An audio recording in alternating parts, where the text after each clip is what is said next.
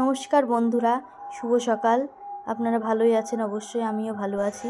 তো আজ যেহেতু রাধা অষ্টমী, সেই জন্য আমাদের দিদাগোসাইয়ের আশ্রমে রাধা অষ্টমীর অনুষ্ঠান হয়। আগের ভিডিওতে আপনাদের সবাইকে বলেছিলাম যে আশ্রমে অনুষ্ঠান, তো সেই অনুষ্ঠান হচ্ছে আজ রাধা অষ্টমী, আজকের থেকেই শুরু হয়েছে। তো সেই উপলক্ষে কীর্তন হচ্ছে, তো আমরা সবাই মিলে এখন কীর্তনে যাচ্ছি। গিয়ে দেখি কীর্তনে কি হচ্ছে না হচ্ছে, কেমন কি কীর্তন হচ্ছে সে আপনারাও দেখুন, আমরাও দেখব বলে যাচ্ছি যে একটু কীর্তন শুনে আসি। আমরা এখন আমাদের বাড়ির সামনে রাস্তা দিয়ে যাচ্ছি হেঁটে হেঁটে দিদাগোসাইয়ের আশ্রমে যাওয়ার উদ্দেশ্যে। ওই যে সামনে যে লাইটটা দেখছেন, ওখানেই হচ্ছে আশ্রমের গলি, ওখানে একটু গেলেই তারপরে আশ্রম। এই যে আমরা আশ্রমের সামনে এর ঠিক গলিতে পৌঁছে গেছি এখন। এই যে রাধা গোবিন্দর আশ্রম। এখানে আসলে পরে এখানে একটা এরকম পোস্টার লাগানো থাকবে মাঠের সামনে। এই যে এইগুলি দিয়ে আমরা এখন চলে যাচ্ছি দিদাগোসাইয়ের আশ্রমে। সেখানে 2-3 দিন ধরে অনুষ্ঠান হবে রাধা অষ্টমীর। আমরা 4 জন মিলে চলে এসেছি, এখন আশ্রমের ভেতরে ঢুকছি। অনেক লোক হয় এখানে আশ্রমের অনুষ্ঠানে। এই যে আশ্রমের সামনে, আগের ভিডিওতে আপনারাও দেখেছিলেন হয়তো, এরকমভাবে আমরা গেছিলাম। এই দেখুন কত লোক কীর্তন শুনতে এসেছে। আমার মেয়েও চলে যাচ্ছে। সবাই এখানে বসে কীর্তন শুনছে।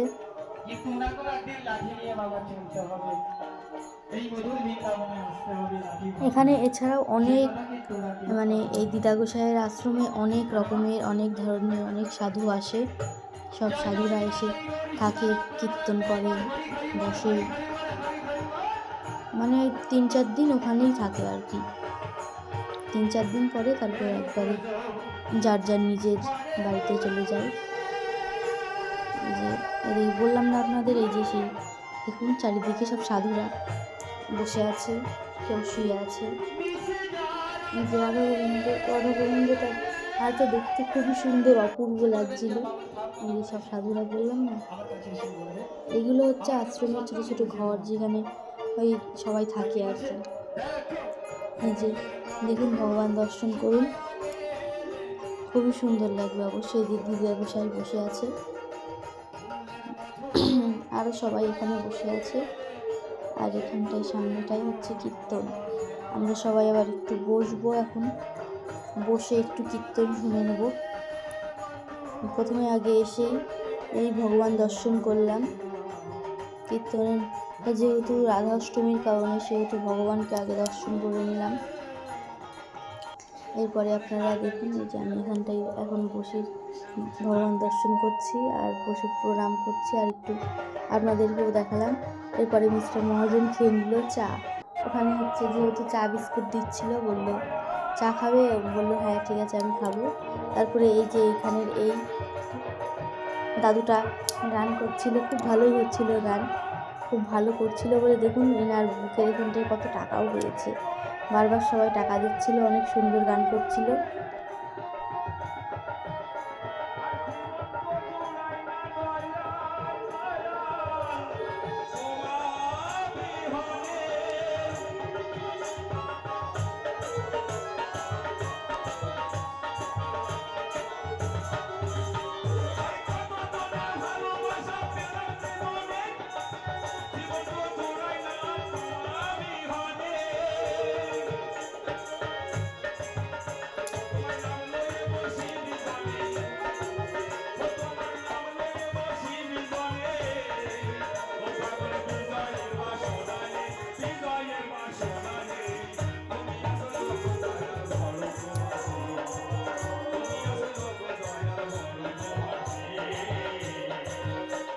এখানে সবাই বসেছিল, আমি এবং আরও সবাই, অনেক লোক বসেছিল। আর এই যে আমি যেখানে ছিলাম সেখানে তার সামনে আমার শাশুড়ি আর আমার মেয়ে বসেছিল, আর ওই দিকটায় মিস্টার মহাজন বসেছিল। সবাই আমরা এখন বসে একটুখানি কীর্তন শুনছি, আর তাই আপনাদেরকে শোনাচ্ছি, আপনারাও শুনুন, দেখুন কেমন লাগে। আমাদের কাছে তো খুব ভালোই লেগেছিলো, ইনি খুব ভালোই কীর্তন করেছিল।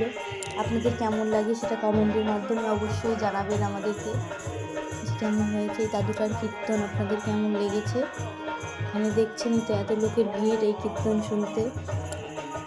এছাড়াও এখানে এই যতদিন হচ্ছে অনুষ্ঠান হয় ততদিন খাওয়ানো হয়, সবাই খায় থাকে। এই যে আমি এখানে দাঁড়িয়ে পড়েছি এখন, মিস্টার মহাজন আমাকে ডাকলো যে দেখো, এই যে আমরা এখন এই যে আমার শ্বশুরমশাই আমার মেয়েকে কোলে নিয়ে বসে আছে, মেয়ে আবার ঠাম্মার কাছ থেকে বাড়ির কাছে চলে এসেছে। যে আমরা এখন মজন হচ্ছে আর আমরা গেছি রান্নাঘরের দিকে, যে কী কোথায় কী রান্না হচ্ছে না হচ্ছে দেখলাম যে এখানে রুটি ভাজা হচ্ছে এদিকটায়, আর কি কামড়াতে জন্য কি একটা রান্না করে রাখা হয়েছিল, অনেক কিছু সয়াবিনের তরকারি রান্না হয়। যেহেতু আশ্রমের অনুষ্ঠান সেহেতু এই কয়দিন নিরামিষ খাওয়াই হবে, ওই কারণে হচ্ছে সব কিছু নিরামিষ রান্নাই হচ্ছে। এই যে বললাম না আপনাদের যে এখানে খাওয়ানো হয় 3 দিন 3 বেলার সময়ে, তাই হচ্ছে সব আশ্রমের শিষ্যরা পাড়া প্রতিবেশীরা সব খাচ্ছিল টেবিলে, দেখলেনি আপনারা। মানে এখানে যেই আসুক সে কীর্তন শুনে মোটামুটি খাওয়া দাওয়া করেই তারপরে বাড়ি যায়। আমরাও আজকে চলে এসেছি, তাই ভাবলাম আজকে আমরাও যেহেতু এসেছি আমরাও একটু খাওয়া দাওয়া করে যাই যে কেমন কী রান্না হয়েছে। যেহেতু আমার শ্বশুর শাশুড়ি এই আশ্রমেরই দীক্ষিত, সেহেতু ওনারা তো সবসময় এখানে মোটামুটি থাকে, তাই বারবার বললো যে আজকে তোমরা রাতের বেলা এখানেই খেয়ে যেও, তাই আমরাও ভাবলাম যে যাই খেয়ে যাই। এখন আমরা খেতে বসেছি দুজন মিলে, খাচ্ছি, দেখতেই পাচ্ছেন। এই যে মিষ্টি মহাজন সয়াবিন খাচ্ছে। আমি বললাম যেহেতু নিরামিষ রান্না হয় সেহেতু এখানে রান্না হয়েছিল নিরামিষই, ওই ডাল সয়াবিন আলু যা কিছু আর কি।